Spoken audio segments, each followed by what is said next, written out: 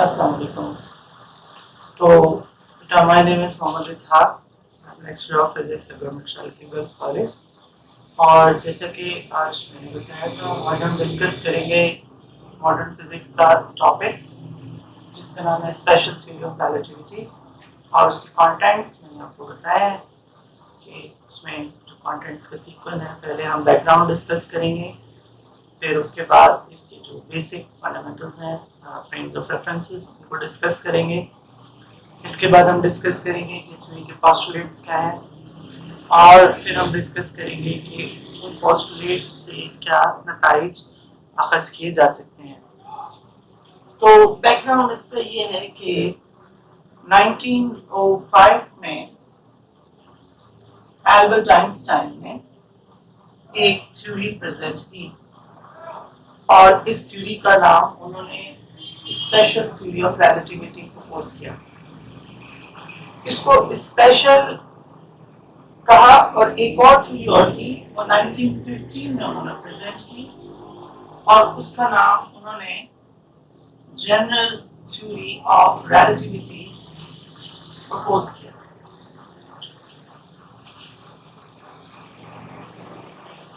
Einstein ने ये सोचा कि अगर मैं लाइट होता और मैं लाइट की स्पीड से चल रहा होता तो मुझे कैसा फील होता। यानी अगर मैं अपने आप को ये सपोज कर लूं कि मैं एक लाइट पार्टिकल हूं या लाइट वेव हूं, तो मुझे कैसा फील होगा जब मैं इतनी फास्ट स्पीड पर चलूंगा। So the main concern was कि what do you feel when you move at the speed of light? उन्होंने ये कहा कि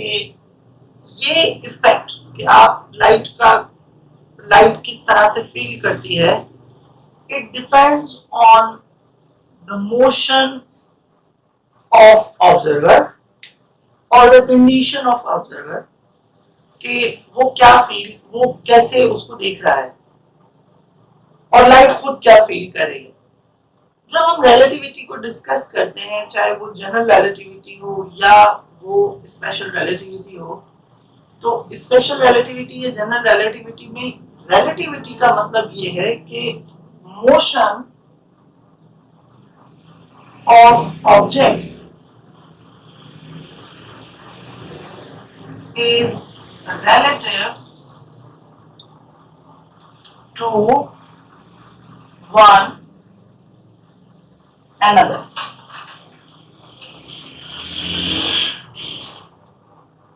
The motion of an object is relative to one another. For example, जैसे कि इस पिक्चर से हम देख सकते हैं कि एक ऑब्जर्वर है जो बाहर खड़ा हुआ है और उसके सामने से कोई बस गुजर रही है। तो ऑब्जर्वर की सेंस में वो बस मूविंग कंडीशन में है, लेकिन अगर कोई पैसेंजर बस के अंदर मौजूद है और वो अपने साथ वाले पैसेंजर्स को देख रहा है जो कि अपनी जगह पर बैठे हुए हैं और वो अपनी जगह तब्दील नहीं कर रहे, तो इससे जो अंदर ऑब्जर्वर खड़ा हुआ है उसको ये लगेगा कि सब अपनी अपनी जगह पर मौजूद हैं, बस नहीं चल रही, बल्कि जो बाहर का एनवायरनमेंट है वो पीछे जा रहा है या फिर वो आगे जा रहा है। यानी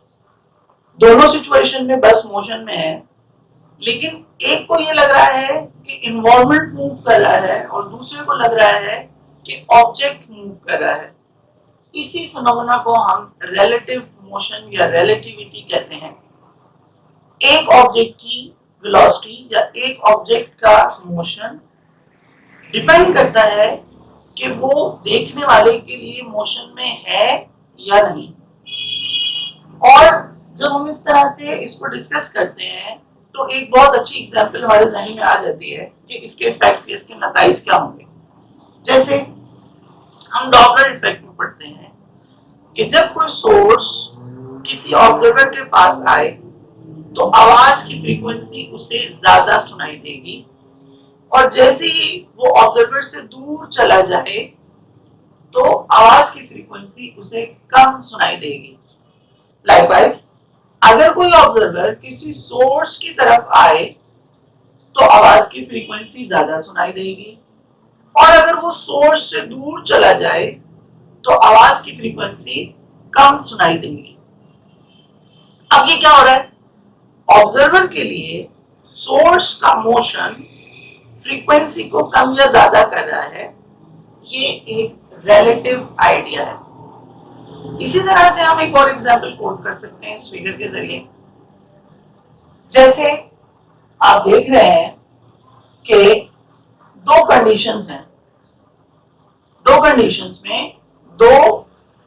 दो पर्सन्स हैं, और वो दो पर्सन्स ए और बी जो कि एक रेस्ट में है और एक मूविंग ट्रेन में है, वो क्या कर रहे हैं कि वो किसी थीफ को बुलेट हिट कर रहे हैं। अब इसमें दो कंडीशंस हैं, जो थीफ है वो ट्रेन पर मूविंग कंडीशन में है, ऑब्जर्वर ए उसको ट्रेन से ही, मूविंग ट्रेन से ही हिट कर रहा है, और ऑब्जर्वर बी उसे, जैसे कि आप फिगर में देख सकते हैं, उसे एक स्टेशनरी पॉइंट से हिट कर रहा है। अब मिसाल के तौर पर इसमें जो बुलेट है उसकी वेलोसिटी को कैलकुलेट करना चाहते हैं। तो अगर कोई ऑब्जर्वर सी बाहर खड़ा हो, जैसे आप या मैं, तो हम इस सिचुएशन में कंडीशन ए में देखते हैं कि जैसे ही बी ने बुलेट फायर की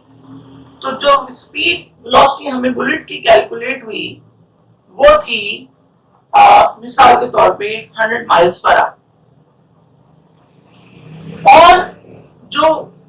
पर्सन ए है जिसने मूविंग ट्रेन से ही थीफ को बुलेट फायर की है, उसने जब बुलेट फायर की तो क्योंकि ट्रेन की स्पीड 50 माइल्स पर आवर है, जैसे कि फिगर में हमें दिख रहा है, तो मूविंग ट्रेन से जो शॉट फायर हुआ उसकी स्पीड में से ट्रेन की स्पीड माइनस हो गई, क्योंकि बुलेट और ट्रेन की डायरेक्शन सेम थी। अगर हम इसका उल्टा कर दें, एक कंडीशन ऐसी ले लें कि जिसमें एक ऑब्जर्वर रेस्ट कंडीशन में हो बी, और ट्रेन और ऑब्जर्वर बी अपोजिट डायरेक्शन में हो, यानी बुलेट की फायरिंग और ट्रेन की डायरेक्शन अपोजिट हो, तो इस सिनेरियो में अब जब कोई थर्ड ऑब्जर्वर बुलेट की वेलोसिटी को कैलकुलेट करेगा तो हमेशा उसकी वेलोसिटी इंक्रीज होकर मिलेगी।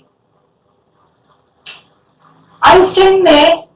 इसी तरह से सोचते हुए कि रिलेटिव मोशन की वजह से या तो ऑब्जेक्ट्स की वेलोसिटीज बढ़ जाती हैं या ऑब्जेक्ट्स की वेलोसिटीज कम हो जाती हैं, उनके जहन में ये ख्याल आया कि क्या लाइट के साथ ये पॉसिबल है, यानी लाइट के ऊपर किसी ऑब्जेक्ट के मोशन का, डायरेक्शन का कोई फर्क पड़ता है या नहीं पड़ता। सो क्या किया उन्होंने, आइंस्टाइन ने ये सोचा कि इन थेफ्ट्स को, ये जो थेफ्ट है उसको बुलेट जो मार रहे हैं कैंडिडेट्स ए और बी, या हम इनको रिप्लेस कर देते हैं विद अ लेजर लाइट।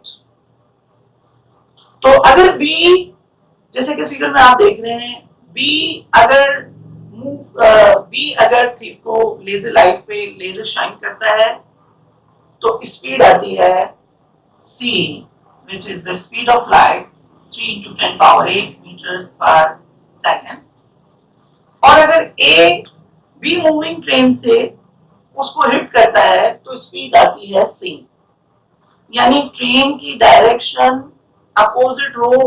या एक ही हो, ऑब्जर्वर बी के लिए और ऑब्जर्वर ए के लिए ट्रेन की स्पीड लाइट की स्पीड में ना ऐड होती है ना सब्ट्रैक्ट होती है। और ये जो आइडिया था कि रिलेटिव मोशन का इफेक्ट, यानी सराउंडिंग का इफेक्ट, या जिस चीज पर लाइट मौजूद है उसका इफेक्ट उसकी स्पीड को असरअंदाज नहीं करता, ये आइंस्टाइन के लिए एक शॉकिंग थ्योरी थी। उन्होंने ये समझा कि कभी भी लाइट की स्पीड के साथ कोई भी चीज इन्फ्लुएंस नहीं कर सकती। लेकिन इस थ्योरी को समझने के लिए, जैसे कि मैं बार बार कह रहा हूं, हमें ये समझना होगा कि लाइट कैसे बिहेव करती है या लाइट को कैसा फील होता है। हमें समझना होगा कि इस में मजीद और क्या क्या चीजें समझने के लिए हैं, जैसे कि फ्रेम्स